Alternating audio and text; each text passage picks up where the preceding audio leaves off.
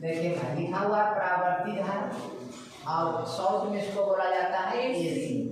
यहाँ क्या लिखा है बेटा, डीसी धारा और शॉर्ट में बोला जाता है डीसी। तो एग्जाम में आएगा परावर्ती धारा और दृष्टि धारा में अंतर लिख सकते हैं आप। 10वां का भी काम आएगा क्वेश्चन और 11 ट्वेल्थ का भी काम आएगा एग्जाम। देखिए 10वें के लिए बोल रहे हैं भाई 11 याद रखिएगा। पहला अंतर है कि परावर्ती धारा के परिमाण और दिशा दोनों अपवर्तित रूप से परिवर्तित होता है। परिवर्तित का मतलब बदलता है, मतलब ये कहना है परिमाण और दिशा दोनों बदलता है। इसमें बेटा परावर्तित धारा एसी धारा। दूसरा है यह धारा, ध्यान देंगे यह धारा मतलब कौन धारा, परावर्तित धारा एसी धारा और चुंबकीय प्रभाव प्रदर्शित नहीं करती। ध्यान से सुनिए, यह धारा मतलब कौन धारा, एसी धारा रासायनिक और चुंबकीय प्रभाव प्रदर्शित नहीं करती, केवल उष्मा पर क्या करता है बेटा, प्रभाव दर्शित करती। मतलब क्या करता है, उष्मा को प्रभावित करता है। क्या क्या नहीं करता है, तो रासायनिक और चुंबकीय को नहीं करता। याद रखिएगा। उसके बाद आता है इस धारा की जगह पर आप ध्यान में रखिएगा एसी धारा। कौन धारा बेटा, एसी धारा के मापक यंत्र धारा के उष्मीय प्रभाव पर आधारित होते हैं। कौन प्रभाव पर बेटा, उष्मीय प्रभाव पर आधारित होते हैं। मेरा ये चौथा में बिना ऊर्जा क्षय के इस धारा को कम किया जा सकता है।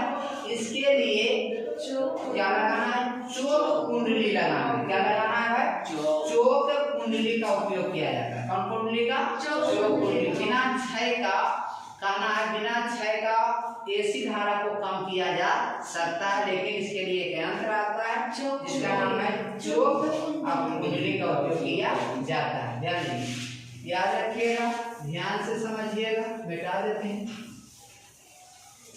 एक बात और ध्यान में रखिएगा, समझ में आएगा ज्यादा। दूसरा बात है इसी में दृष्टि धारा। कौन धारा है, दृष्टि धारा। देखिए शॉर्ट में क्या बोलते हैं, दृष्टि धारा की दिशा नियत परिमाण बदले या ना बदले। परिमाण बदल भी सकता है, नहीं भी बदल सकता है, लेकिन दिशा उसका एक नियत होता है, निश्चित होता है। एक ही दिशा में वो डायरेक्ट होते रहता है। दूसरा आता है यह धारा, मतलब कौन धारा बेटा, दृष्टि धारा रासायनिक, चुंबकीय तथा उष्मीय प्रभाव प्रदर्शित करती है। तीनों करता है। जब यू एक करता है तो उसमें से क्या करता है, उष्मीय प्रभाव प्रदर्शित करती है। और इसमें क्या करता है बेटा, रासायनिक भी किया, चुंबकीय भी किया और उष्मीय प्रभाव। तीसरा मानिए है इस ऊर्जा, मतलब इस फिर बोल रहा है इस धारा के जगह पर होगा डीसी धारा। आप बोल सकते हैं डीसी, क्या बोल सकते हैं, डीसी धारा के मापक यंत्र धारा के चुंबकीय प्रभाव पर आधारित होते हैं। और उस पर क्या है, उष्मीय पर आधारित होते हैं। देख लीजिए उसमें क्या है, उष्मीय पर आधारित होते हैं। इसमें का दिया चुंबकीय पर मतलब क्या आधारित प्रभाव पर आधारित होते हैं।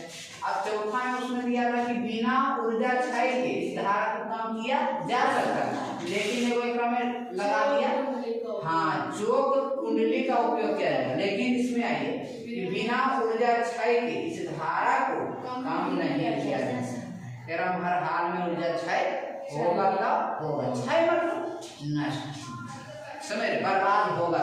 जैसे मान लिया ऐसे धारा को बंद कर दे सकते हैं, लेकिन जैसे तब इसको ऊर्जा नहीं आएगा। जैसे पंखा बंद कर दिए तो ऊर्जा नहीं आएगा, लेकिन जनरेटर चालू है पास में तो उसको बंद नहीं बंद करिएगा पास में रहने तो ऊपरों में करिएगा, नहीं ऊपरों में बंद कर दोगे तो, लेकिन जनरेटर चालू नहीं रहेगा, बल्ब बंद कर दीजिएगा। देखिए ध्यान से समझिए, बढ़िया एकदम एसी और डीसी में तुरंत समझा है। यदि डीसी धारा जो है जनरेटर बंद मतलब बल्ब बंद कर दीजिएगा तब पर भी तेल जलेगा क्योंकि जनरेटर चालू। लेकिन एकरा में क्या है, बल्ब बंद कर दीजिएगा तो धारा नहीं भी उठेगा। आप समझ में आ गए। अब क्लियर हो गया यहाँ से तुरंत समझ में आया ज्यादा। अब आइए यहाँ तो हित बिना लिखा कि बिना ऊर्जा क्षय के इस धारा को कम नहीं किया जाता, धारा में ऊर्जा खत्म होगा तो है कि नहीं किया जा सकता।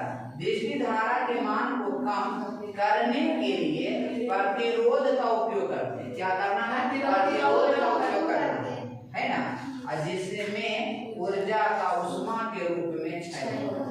जिसमें प्रतिरोध जब उत्पन्न होगा तो उष्मा क्या हो जाएगा, वहाँ उष्मा उत्पन्न होगा और ऊर्जा किस रूप में मतलब नष्ट होने लगा, क्षय होने लगेगा उष्मा के। उष्मा जैसे मान लिया जाए अचानक कोई गाड़ी रुकता है तो देखिएगा आग टायर आग लग जाता है, जैसे ऐसे करते हैं रगड़ने से, रगड़ना घर्षण करना ही प्रतिरोध, घर्षण करना ही प्रतिरोध।